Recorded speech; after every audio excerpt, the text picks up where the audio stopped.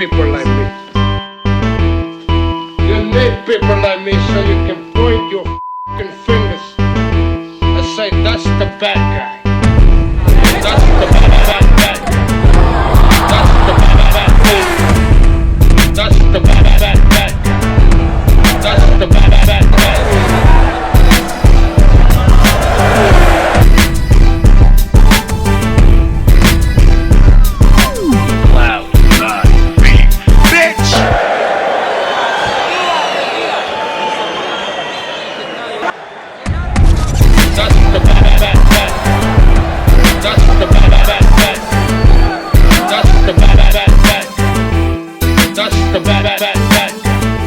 Welcome to the motherfucking relay. We're covering today's top boxing news. Okay, we'll start with this. You might have heard earlier today, it's official. Jessica McCaskill will be taking on Chantel Cameron on the undercard of Dimitri Bivol versus Zurdo Ramirez over there in Abu Dhabi in early November. Those of you that have been following the channel the last couple of weeks will know that I pretty much told you this was going to happen. I told you this was in the works weeks ago. It really only was a question of the contracted weight. Would it be a super lightweight contest or a welterweight contest? And this does appear to be a super lightweight contest. That essentially means Jessica McCaskill will be moving down for this fight, what is being billed as an undisputed super lightweight contest. Undisputed, that means all the alphabet titles are on the line. That means Kaylee Reese has vacated. The 4 titles used to be split between Kaylee and Chantel. Kaylee Reese of Rhode Island, who saw herself crowned a unified champion last year, doesn't look like she's going to be coming back. And why would she? She's going to be acting on the small screen opposite Jodie Foster. Initially, it was reported that an illness is what was keeping Kaylee Reese out of action, and she was unable to compete, leaving a big question mark as to when we could expect the undisputed super lightweight title fight between her and Chantel to take place. But it appears that now we have our answer. Kaylee Reese is out.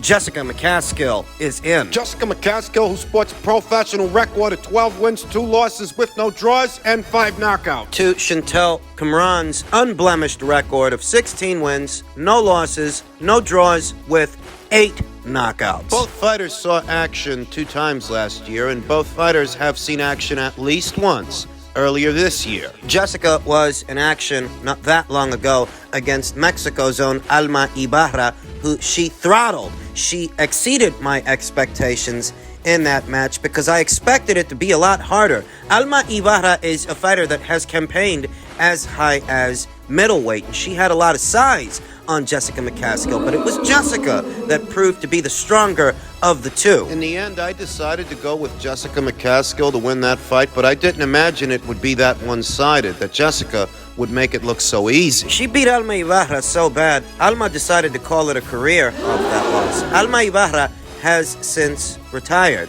Does a similar fate await Chantel Cameron, who was in action earlier this year in May against Victoria Noelia Bustos of Argentina, former IBF 2 division champion Victoria Bustos. Chantel Cameron won 10 out of 10 rounds in that contest. I shouldn't even call it a contest. Because it wasn't one. It was Chantel Cameron having things all her way, boxing circles around the former champion, and she will have a more spirited, more inspired opponent opposite the ring of her in November. This really is the best versus the best. It was about 5 years ago when I first told you guys here on this channel that Jessica McCaskill's got a bright future. She was a standout fighter from where I was sitting, and about 5-6 years ago, I told you right here on this channel that she was one of Ring IQ's top prospects to watch. Close to 5 years ago, I said the exact same thing about Chantel Cameron. She was with the McGuigans then, under the Cyclone Promotions banner. The now defunct Cyclone Promotions banner. Lawsuits, people are angry,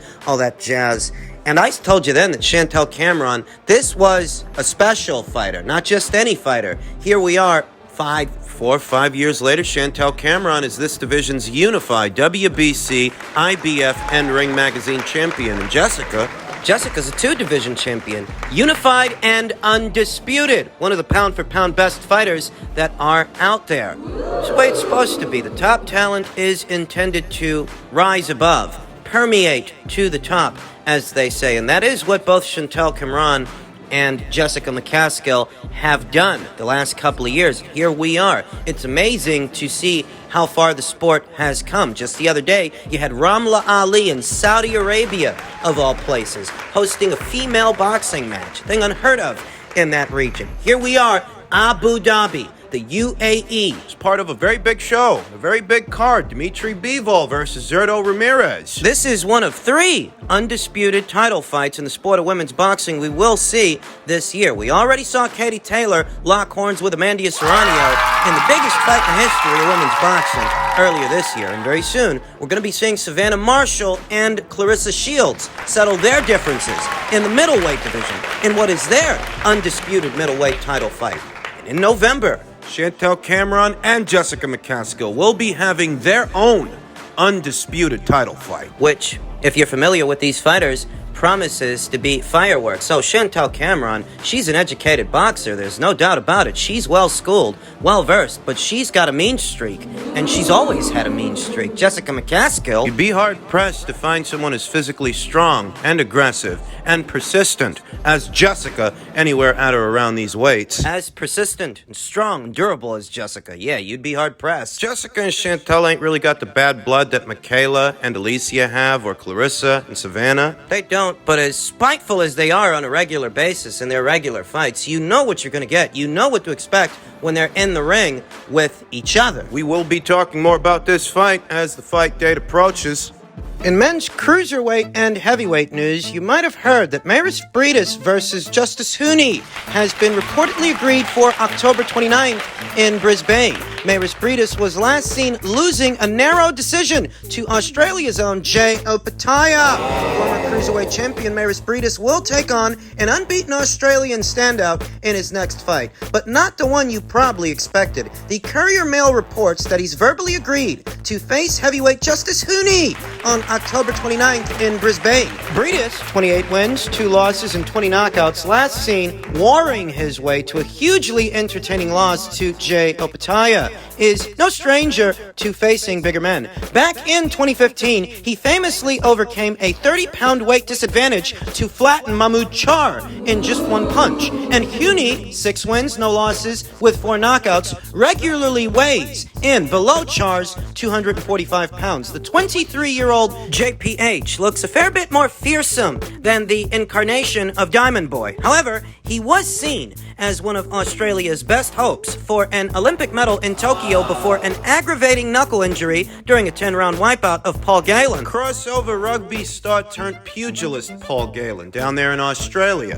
While 2-time cruiserweight champion Breidis was in position to jump back into cruiserweight contention, I can't really blame him for taking this fight. He's 37 years old and hasn't fought more than twice in a year since 2018. Fighting Huni seems like the most lucrative option. Justice Huni weighed in at about 242 pounds in his last fight. The fight with then unbeaten Joseph Goodall, Justice Huni's countryman, who Justice Huni thoroughly outclassed earlier this year in June when they met. Now he's going to be taking on a much more experienced, albeit naturally smaller guy in Breidis. And as stated, Breidis has overcome weight disadvantages before, but need I remind you that he was a much younger man then. He was a much younger man years ago when he took on Mahmoud Char. He's 37 years old now, coming off of a physically taxing, rigorous fight with a younger man. And what, now he's set to take on another young guy, a guy who's 14 years younger and somewhat bigger than the last guy that he fought, the guy that beat him. These are less than favorable circumstances for an aging fighter and an aging former champion, but it's still interesting. It's interesting because Justice Huni,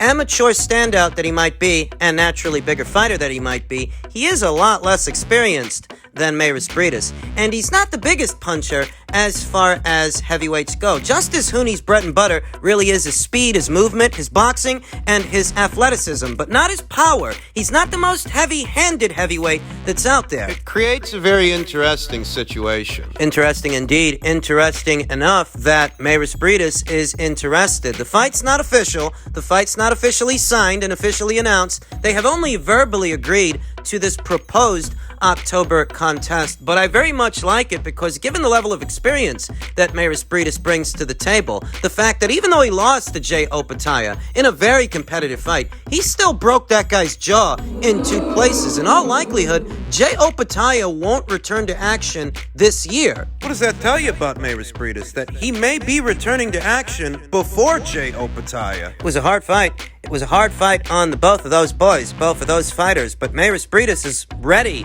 to get back out there, whereas Jay Opataya, he may very well be decommissioned for the rest of the year. Breidis is a tough customer, as tough as they come. To date, he really has given Alexander Usyk, the heavyweight division's reigning unified champion, the hardest fight of his career. It's the hardest I've ever seen Usyk have to work for the W, for the victory. Breidis is a tough customer, make no mistake, and Justice Huni, for him, this is a broad leap, a big step up in competition, albeit against a somewhat naturally smaller fighter. If you know anything about Justice Huni, you know that his professional run has been somewhat ambitious, and that's what this decision reflects. I believe that in just a handful of fights, Justice Huni was already fighting for a regional title, an Australian regional title, and now he's set to take on a world-class fighter, a world-class operator, a former champion in Breidis, in what is only his 7th professional fight. He could just as easily keep busy with journeymen and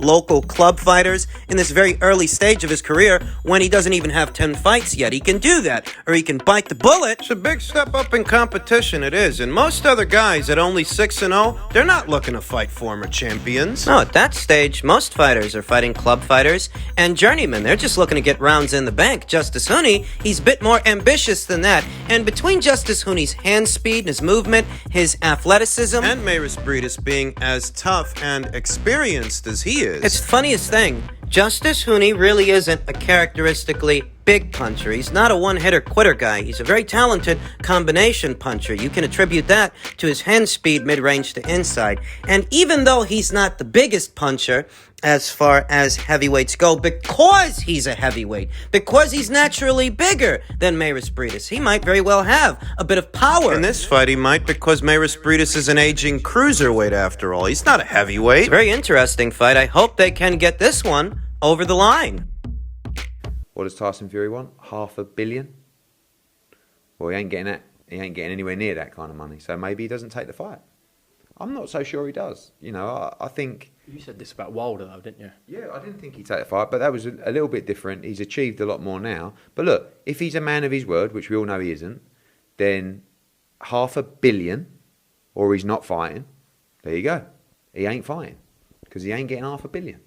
Nowhere near. You know what he's doing, though. He's just negotiating with different governments to get a higher price. You know what he's doing. He's not negotiating with any governments. He's given a price, and he says he won't box for a penny less. That last bit from Eddie Hearn about Fury not negotiating with any government, he seems to have said that with some conviction. Does he know something that we don't know?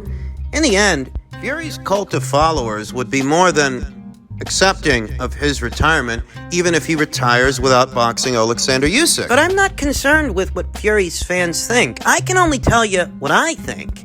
And if you want to know what I think and you're here, so I'll assume that you do. Well, if Fury were to walk away from the sport without boxing Alexander Usyk, that would be a noticeable stain on his legacy. After talking all that trash, talking all that jive about how Usyk's just a middleweight and he'd trample the guy, run him over, all that stuff. Well, if you don't actually do it, if you don't actually fight him, the hell does it matter? Eddie Hearn isn't convinced that he will. Because of his financial demands, because of his asking price, $500 million. Though by now we should all know not to take anything Fury says at face value. Because Fury is capable of saying anything and then going back on it the following day or the following week, the following month. You can't take anything he says at face value. You can't be serious in that demand. $500 million. Nobody is going to give you $500 million. You can make some money with this fight, but not that kind of money. The most I can tell you is if this guy retires without having fought Alexander Usyk, that's a duck. It's a plain old duck. It's an according to Hoyle duck. Don't bump your gums about how this little guy's just a blown up middleweight and you skate into the sunset without having fought him. I'm not telling you that Fury will or won't fight this guy. I'm telling you that if he doesn't fight Usyk, it's a duck. Eddie Hearn stated on Anthony Joshua's comeback plans, the fight I want, the fight that he wants, is Dillian Whyte. It's not going to happen in his first fight back in December, but it's a massive stadium fight next year. It seems more and more that Dillian Whyte is set to face Daniel Dubois, as Dillian Whyte has emerged in the WBA's ranked standings, and Daniel Dubois is the WBA's regular champion, in possession of the secondary title to Alexander Usyk's primary title, his full title. And that's a good fight. We've talked about that. But essentially what that means is that if Dillian's fighting Daniel, he's not fighting Anthony. I told you who I think Anthony should fight next. I think he should fight Otto Wallin. That's what I think he should do. Eddie Hearn has declared that he wants Anthony Joshua to return with a world tour in which he fights in locations such as London, Beijing, Australia, America, and the Middle East. Listen, he can fight Otto Wallin in London in his big comeback fight in front of his hometown crowd. He can do that, then hit the road. Maybe he goes to Beijing. Maybe he fights Olympic amateur standout Zhilei Zhang, because, I mean, who else are you going to fight in fucking China? Not Dillian Whyte, that's for goddamn sure. Maybe by that time, Zhilei Zhang will have gotten himself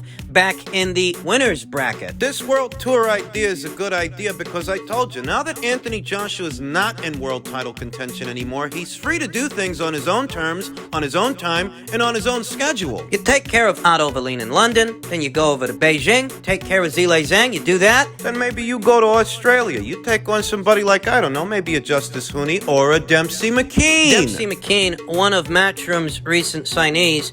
Matchroom very recently signed a cluster of Australian fighters. Jock Barvis, Liam Pato, Sky Nicholson, who we're always talking about here on the channel, and local heavyweight Dempsey McCain. That's one guy Anthony Joshua can fight in the land down under. Here in America... Well, I'll be honest, I think Eddie Hearn likely had Deontay Wilder in mind when he mentioned America, but I don't think he's going to have any luck in that department. He's going to come to America to fight who? Andy Ruiz? Andy Ruiz is set to take on Luis Ortiz this weekend, and if he makes it through that fight, in all likelihood, he's going to end up boxing Deontay Wilder, his PBC stablemate, in a battle of the former champions, and I don't know that Andy would be available for Anthony to fight him here in the US of A, and we are getting ahead of ourselves. We're thinking 2, 3, maybe even 4 fights from now. The hell knows what's going to be going on at heavyweight that far into the future. 2 to 3 fights from now, that's basically a year, or a little over a year. This is an ambitious schedule. Don't forget that Matchroom has Filip Hrgovic on their side of the street. Filip Hrgovic, who's in a pole position